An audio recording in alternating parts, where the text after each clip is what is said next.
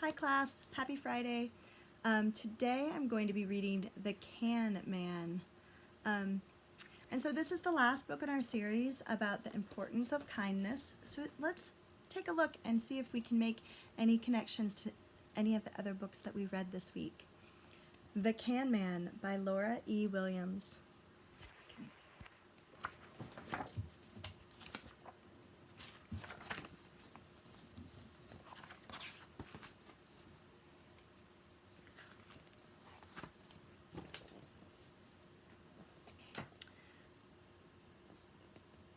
The homeless man, or the man experiencing homelessness, slowly pushed his battered shopping cart down the sidewalk. Let me adjust something really quick because I don't think you guys can see the words. Maybe that was not better. Okay, we'll just persevere. The man pushed his battered shopping cart down the sidewalk. At the corner trash barrel, he stopped and poked through the garbage with a long stick. He leaned into the barrel and dug out an empty soft drink can, which he dropped into his cart.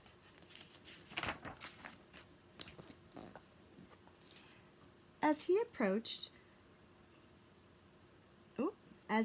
Tim, the man waved.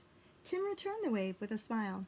Almost everyone called the man the Can Man, but not Tim's parents. We remember when Mr. Peters lived in apartment C. Tim's mom told him he used to work at the auto body shop before it went out of business, and he couldn't find another job. He's been down on his luck for quite a while now. Getting chilly, the Can Man said as he rattled by. Tim looked at the gray sky. It sure is, and he zipped up his jacket higher and slipped his hands into his pocket. A few minutes later, Mike whizzed up on his skateboard, his cheeks red from the cold. "Want to go skateboarding at the park?" he asked. Tim shook his head. "Nah, it's no fun. Always borrowing your board and your brother's old gear. Maybe you'll get your own board for your birthday next week." Tim shrugged. "Dad says we don't have any extra money for toys or sports stuff this year. Too many bills to pay." "Bummer," Mike said. He kicked away from the steps. "I'll see you later." Tim watched his friend speed away. Silently, Tim wished for a skateboard for his birthday, even though he knew birthday wishes really didn't come true. Tim knew exactly which board he wanted. He had been eyeing it at Overtime Sports for months, and now it was going on sale. But even at the reduced price and with the money Tim had saved from his allowance, the board was still too expensive. "I need a job," Tim thought glumly, "so I can earn money to buy a skateboard." Down the street, the Can Man threw 2 more cans into his cart. The empties hit the growing pile, clinking like coins in Tim's little sister's piggy bank.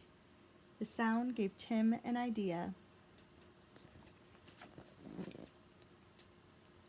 Early Saturday morning, Tim rushed to get dressed. In the kitchen, he grabbed a pair of rubber gloves and 4 big plastic bags from under the sink. "What are you up to?" his mom asked. "I have a job to do," Tim said. Then he added with a grin, "Don't worry, I'll be home in time for lunch." Outside, the cold air raised goosebumps on Tim's arms. He jumped down the stairs and headed for the first trash barrel on the sidewalk. An empty can lay right on top. After checking several more barrels, Tim had filled a half bag. At 5 cents a can at the Redemption Center, he figured he would have enough for his skateboard in no time. A few blocks from the park, Tim stopped to see Jamal at Bunnis Bakery. "Do you have any empty soft drink cans?" Tim asked. "I usually save them for the Can Man," Jamal said. "He needs them." "I need them too. I'm going to use the money to buy myself a skateboard for my birthday," Jim told Jamal. "I'll even work to earn the cans." "Well," Jamal hesitated for a moment. "Maybe this one time. I do have some crepes you can carry to the back room." "It's a deal," Jim replied. After he had moved the crepes and collected the cans as payment, Tim ran down the street, stopping at every trash barrel, store, and restaurant. By noon, he had 2 full bags of cans. He clattered them up the stairs of his building and plopped down on the step. Collecting cans was harder than Jim thought it would be. His gloves were sticky, his clothes smelled like root beer he'd spilled on himself, but the thought of a brand new skateboard made him smile. Very soon he'd have one of his own. No more borrowing Mike's board. "What do you have there?" Tim's mom asked when he dragged the bags into the kitchen. "They're full of cans for recycling." I'm earning money for a skateboard." "Doesn't Mr. Peters usually collect the cans around here?" his mom asked. Tim nodded uneasily. "Yeah, but I'm only going to take them until my birthday." "Well, you can't keep them in here," his mom said. "Take them to the basement and then wash up for lunch." Tim knew it was no use arguing, so he bumped the bags downstairs to the basement. They crackled and clanked with every step. Sunday after church, Tim hurried from one stinky trash barrel to the next, collecting empty cans. For the rest of the week, he had to wait until after school. Tim knew that Can Man always took the same route, so he started in the opposite direction. That way, he got some of the trash barrels before the Can Man did. On Saturday, Tim awoke to icy drizzle squiggling down his windows. With a groan, he dragged himself out of his warm bed and into the kitchen. Tim's dad patted him on the shoulder. "Sorry, Tim," he said. "It looks like you'll have to stay indoors today." "But this is my last chance to collect cans," Tim protested. "I can't let a little rain stop me." His dad looked out the window. "Okay, but don't stay outside too long." On the sidewalk, Tim poked through a few trash barrels. The rain made the garbage smell even worse than usual, and there wasn't a single can to be found. Keeping his face down to shield it from the cold rain, Tim ran towards the next trash barrel. Thwomp! Tim jerked up his head. "Oh, sorry," he exclaimed. "You okay, kid?" the Can Man asked. "Yeah, sure." Tim looked into the cart.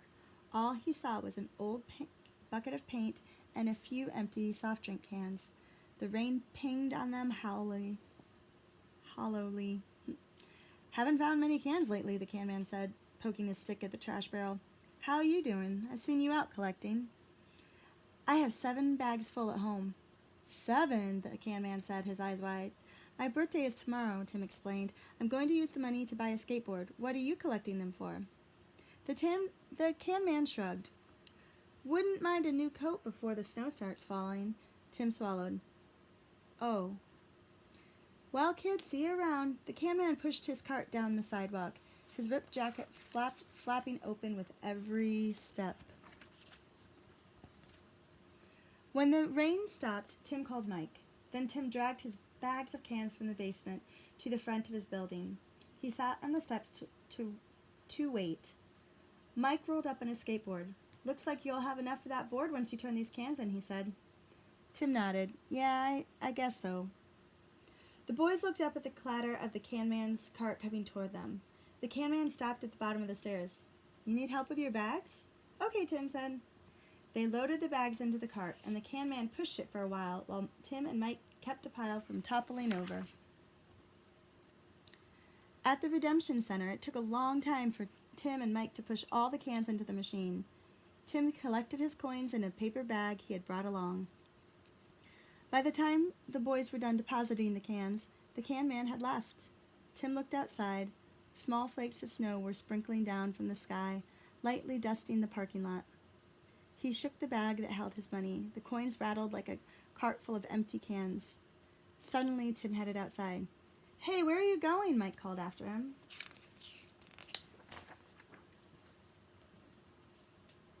Tim ran and caught up with the Can Man. Holding out the bag of coins, Tim said breathlessly, "This money is for you." The Can Man stared in surprise. "But you earned it. You worked hard for your money." "It's okay," Tim said. "I want you to have it." The Can Man blinked a few times, as though snowflakes had blown into his eyes. "Thanks, kid. What's your name, anyway?" "Tim," Tim said. "Thanks, Tim. My name's Joe Peters," the Can Man said, smiling. "I know," Tim said. "My mom and dad remember you from when you lived in our building."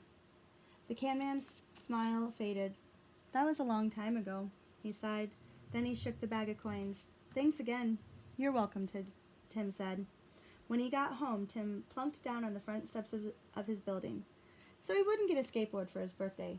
But somehow it didn't matter that much anymore. The next day, wearing his new birthday jeans, Tim wandered outside to wait for Mike.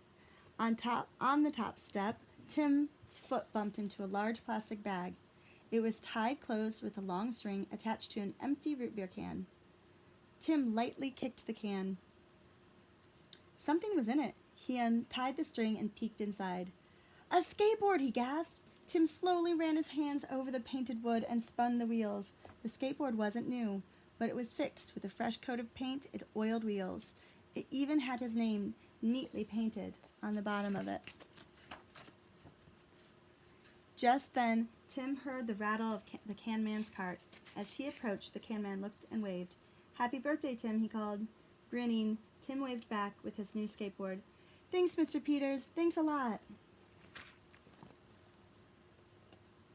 Awesome.